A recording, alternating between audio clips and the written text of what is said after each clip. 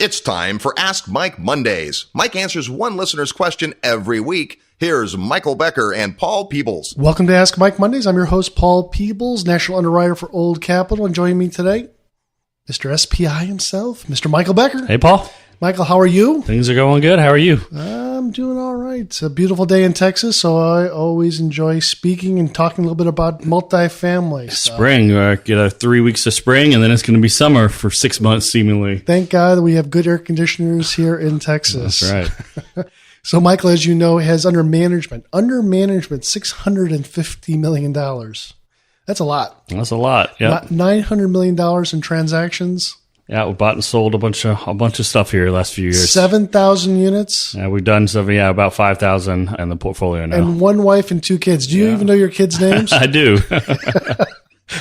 Luckily, you got smartphones now, so it's a lot easier, and you can kind of do stuff from wherever. Yeah. Does your wife send you pictures of what the kids are doing at soccer? So you are a very busy guy in the SPI world. So that's good for you, Michael. We want to ask you a question, so hopefully you have an answer to this that hopefully makes sense, so we can kind of get it going. So let's talk a little bit about this. Michael, I talked with several owners last night about deals that they have taken down and purchased with major issues with inherited problem tenant base. Sellers had filled up the property prior to selling and make it look good. Its occupancy had to drop to 60%. How do I avoid this next time, Michael? Yeah, it's a tough one sometimes to really ferret out. I mean, having a good quality lease file audit, I think that'll help at least identify potential issues. And it's really kind of hard to quantify that sometime. But, when we do our lease file audit, we always employ, we use Valiant Residential. They manage our stuff, and, they always go in and do our lease file audit. So what they're looking for, so what is a lease file audit, right? So when you make an offer on a property, you typically have a T12, trailing 12 financial statement, a rent roll, and that's kind of what you make your offer off of, basically. And then once you get into it and start doing your diligence, you need to go in and do your best to kind of verify that the information provided to you and try to audit it, essentially. One of the main things that you do is you go through and take the rent roll that they give you, and then you go match up all the leases and actually go through the physical copies of the leases, or if they're electronic, you could do it from a computer. But you're looking at the tenant's name, the start date, the end date, the lease amount, and security deposits, and make sure all that the basic data is listed on the rent roll is actually accurate in reality. If you find some discrepancies, and that's some are minor, some are more major, and just making sure that you're buying what you think you're buying, basically. One of the other things as part of that, we'll go through and make sure we go and say, okay, well, what was the actual verified income, and did they do a criminal and credit background on them? Then we'll kind of take just high level stats on that as well. So if I'm going through, and in Texas is typical to qualify to rent a unit, so you have $1,000 rent, you have to make 3 times the income. Sometimes it's 2.5, sometimes it's 3, but say 3 is a little bit more secure. So does that household have $3,000 in documented income?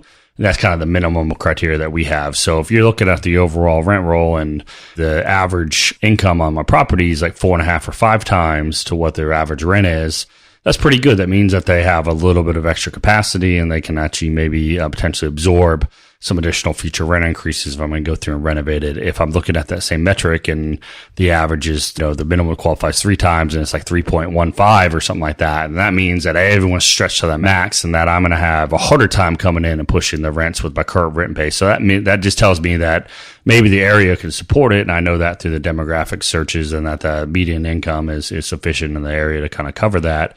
But it does mean that when I come in and push rents, that these people just don't have the capacity to pay.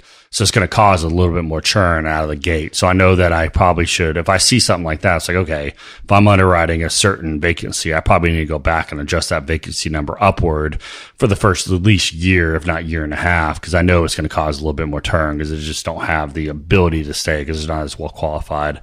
The other thing is obviously if there's, people that have either no criminal credit on file, or if they have failed it and they just leased them anyways, a bunch of second chance leases, that kind of also would be a sign that I'm going to have a little bit more churn and a little bit more vacancy. So look at the criminal, looking at the income qualification, or if they just simply don't have that on file, that probably means that it was bad and they just don't want to stick it in file, Paul. And so they're like you said, sometimes these sellers have been struggling. So let's just fill this thing up.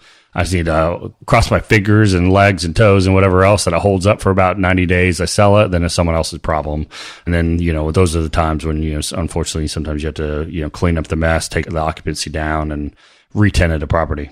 Yeah, retenanting a property is probably what you're going to need to do, period. I mean, I always probably view that as maybe the first year, 75%. Your tenants are going to find a way of getting out of their lease or just flaking out or not renewing. So think of that in terms of, that's a large number, but that's probably a pretty accurate number when there's a new sheriff in town.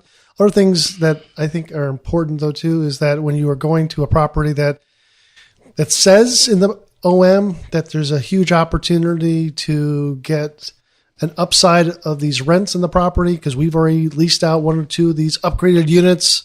Instead of being $1,000 a month, they're actually at $1,400 or $1,500 a month. And then does that sometimes work? That's another concept too that I've seen it. Say you, for round numbers, you got a 100-unit apartment complex, and the broker's sitting there and trying to sell the property. He's like, "Well, look, they upgraded one unit and they got $300 more, and then you used to do the other 99, and you're gonna get this value." But then it's like, well, shoot, did it take them 90 days to get that unit lease, and they had to give some concession to get it there, Right. And for really, how deep is the marketplace for that type of product? So, just got to look at everything with a critical eye. It's almost how deep is the bullshit that this broker who's maybe never ever owned an apartment building is trying to tell you and have you buy off on the deal.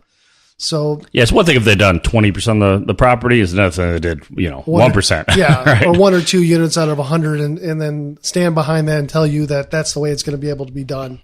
And maybe it's the case, but I would be skeptical. I would be very skeptical on that. Second thing I think I want to talk about too is when you go on the broker walks on these properties, that you've made an opportunity to go onto the property, bring the broker with you onto the property. They've scheduled the tour with the management person who's the manager of the property, maybe a maintenance person. What are some of the questions that you ask, Michael, when you first get on the property? You've had them talk a little bit about the deal. What are some binding questions that you think are important to know up front? I just did one today. So, the quality of the property, you kind of would change your questions a little bit. But if I'm looking at a generic C or B class deal, I'm just trying to understand, one, is there any major physical stuff I need to budget for, right? Because these buildings are 40 years old or 50 years old or whatever they are. So you just know that there's going to be some ongoing maintenance and repairs. So did they just do re-hardy, take the wallwood siding off, hardy it, paint it 6 months ago, and the roofs are in good shape, and I got 8 years on my paint and 20 years on my roof, or do I need to budget for that up front? Or do they paint over rotten wood? I'm kind of looking around to see, okay, they painted it, but it looks like there's bubbling in the paint, and they just painted over a bunch of bad wood, and they just did a half-assed job, and I got to come back and fix all this stuff in the next couple of years. So I kind of help my capital budget. If they have boilers or water heaters, boilers, I kind of try to get a sense of the age of the boiler. The boilers, so I have to spend $20,000 on my boiler in the next year or two. Just trying to look at all the exterior condition of the parking lot, and then what are the areas I can improve upon? Landscaping, is everything kind of original and it needs to be updated on the office, the pool area, and fitness center, stuff like that. So those are things I'm trying to do, and then we'll go in the units. And I try to understand, especially these older deals, they've been renovated sometimes over the 30-year period to various degrees. Maybe they did a renovation in the 90s on some of the units, and then that's different than what they did in the 10 years ago. And then the last 2 years, they've been doing a different package and trying to understand the hodgepodge of what has been done there. So you kind of get a sense of okay, what money do I really need to spend to come in and implement my business plan? That's effectively what I'm trying to do. And then two, I try to get a sense of who lives here, where do they work? What do they do? Is this a family property, or is this a bunch of single professionals, students? Is there college by? Those are the types of things trying to understand. So I can then craft my strategy, my business plan to try to cater to the demographics of that location.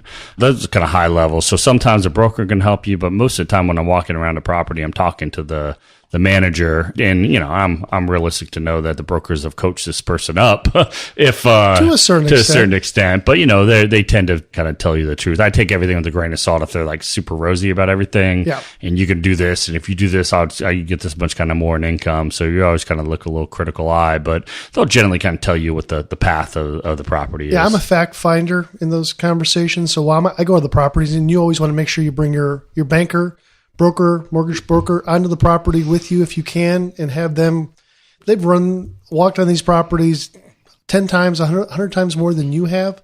Get their opinions too. But I always try to be the bad cop in the situation. So, when we're on the property and the broker's there, and we may have one or two borrowers on the property that are kind of a team trying to buy the property, I'll ask a couple questions, really to the manager of the property. I kind of want to figure out what's going on and what they know on the tenant base. So how long have you lived in the property? Oh, I don't live in the property. Oh, okay. How come you don't live in the property? Well, I have a house. Okay. Well, some of the times they'll say I live in the property. So do you like that? Does it work? Oh yeah, I love it. And I'll also ask them, how long have you been a manager in the industry? You kind of want to figure out, just like Michael says, that they may be all roses, but because they've never been on a property before, lived on a property before, or managed a property before. So I want to figure out and quantify how long they've been in the industry itself. And then I always ask them too, is if you had $100,000 to spend on upgrades to the properties, where would you put that money into? And they're going to tell you, well, I think we should change out these doors. Instead of being open doors, they should be glass sliders. It looks a lot modern. Glass is cleaner. And, they will tell you where the money should go. They should put in countertops, the cabinet pulls. We need black appliances. They kind of lay it out. I just throw $100,000. It's a number they can kind of put their head around. They kind of understand what the tenant base wants and what they are not receiving from them currently right now. And if they don't lease with you, where do they lease? Why do they not lease with you? What's your objections of these people that didn't lease? And it's like, hey, they're looking for an upgraded unit because the properties in the area have it. We don't. That's right. And then sometimes the property managers have their maintenance people walk too, because the maintenance people typically have the big key ring of all the keys to all the units on the property. So you kind of try to bring that manager to one side, the maintenance person to the other side. And then you ask about the physical condition of the property. And I always try to use the assumptive close, where's the problem with the roof that they've talked about?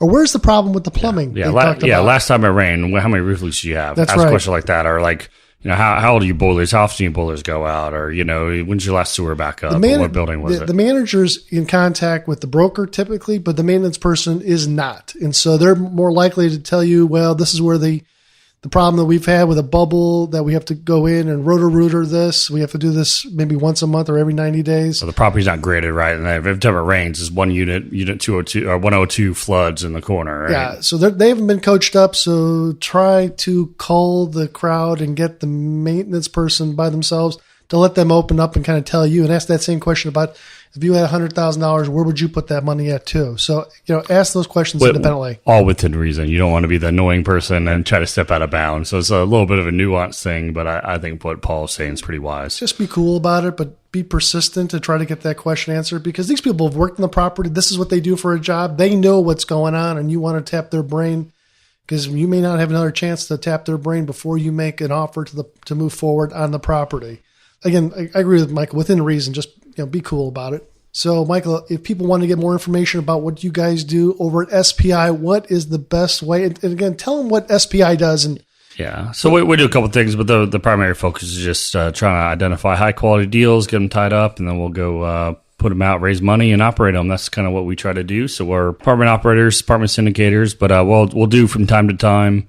If we have people that have sold a property, have a little bit of money, and trying to break into the Texas markets, we do what we call advisory services, where we help other people get home. Typical stories: I got a 1031 coming out of California, want to get to Texas, and I don't know anybody how to come help. So if you have $3-5 million kind of minimum, and you're looking to get home on that, that's kind of the range where I think we could be helpful. Probably closer to 5. I think anything south of that's unfortunately our biggest cost in life, Paul, is opportunity cost. And so if you spend time at one thing, it's at the expense of something else. So doing anything much smaller than almost $5 million in equity is a little challenging for us. Yeah, keep your fingers crossed by hoping you continue to get appreciation out of California. Don't have your fingers crossed and bring that cash to Texas, where you can actually get cash flow on your money. So if people want to know more, just the easiest way to find out information about us is simply go to our company's website, which is www.spiadvisor.com. That's SPI like spy, advisory.com. And there you can fill the contact us form. And I'm always happy to have a 10 to 15 minute telephone call with listeners off the podcast. That's great. Again, smartest guy in the room, Mr. Michael Becker. I'm Paul Peebles. Have a great day.